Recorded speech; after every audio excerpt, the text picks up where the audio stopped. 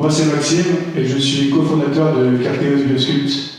Et notre mission, c'est de révolutionner le traitement de l'arthrose, d'abord en France et ensuite dans le monde.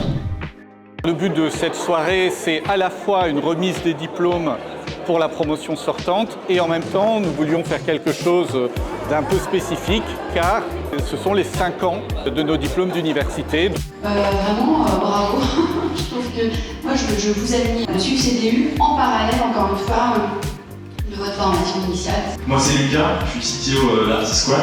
Et Artisquad, c'est l'avantage social qui permet aux salariés de réserver en quelques clics des activités culturelles et de loisirs, proches du bureau et cofinancées par l'entreprise. Alors l'université Paris-Saclay, elle m'a apporté pas mal de choses, à rencontrer des acteurs clés, que ce soit sur du financement, sur du design, même déjà pour pitcher. Je m'appelle Sonia Adaoui, je suis jeune docteur en chimie et physique des matériaux, très récemment diplômée. Et je travaille aujourd'hui dans un laboratoire de l'université de Paris-Saclay. On développe des nanoparticules pour l'électronique imprimée. J'ai vu un petit peu par chance, en plus de ça, l'offre de ce DU sur le LinkedIn de l'université de Paris-Saclay. J'ai sauté sur l'occasion parce que je me suis dit que pour aussi bien accompagner mon projet d'un point de vue technique, ce serait bien de l'accompagner aussi d'un point de vue business, développement de projet, etc. Avec mon équipe, on est en train de créer un nouveau type de prothèse pour supprimer l'arthrose dans le monde. Et on est accompagné avec ce diplôme universitaire par une équipe pédagogique extrêmement compétente et une association qui s'appelle EG, avec notamment Jean-Pierre et Sophie qui sont vraiment incroyables, qui nous aident.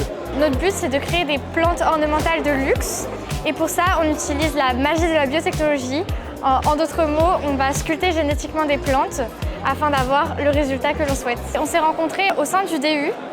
Initialement, l'idée venait de Christian et nous l'avons rejoint dans son projet. Honnêtement, je suis venu ici avec une idée d'ouvrir dans 2-3 ans quand je vais finir mes études. J'ai réalisé que le projet, il ne doit pas attendre, il peut être réalisé même dans les prochains mois. Si je peux donner un conseil, c'est de rencontrer un maximum de gens et d'aller à un maximum d'événements.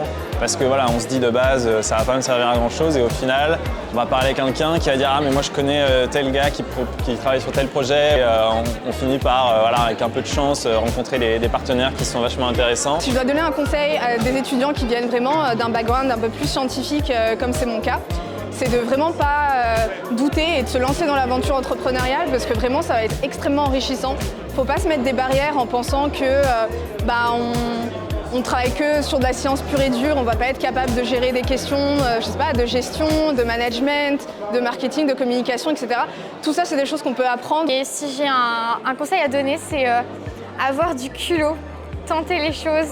Quand on a envie de tenter quelque chose, vaut mieux y aller. Et au pire, on se prend une claque, c'est pas très grave, on apprend. Faut y aller, faut foncer. Vas-y, franchement, mets les pieds devant, plonge, n'aie pas peur. L'eau ça mouille, c'est pas très grave. Moi je dirais la même chose, il faut avoir la niaque. Il n'y a jamais de bon moment pour commencer, il n'est jamais trop tard. Donc il faut y aller dès qu'on veut.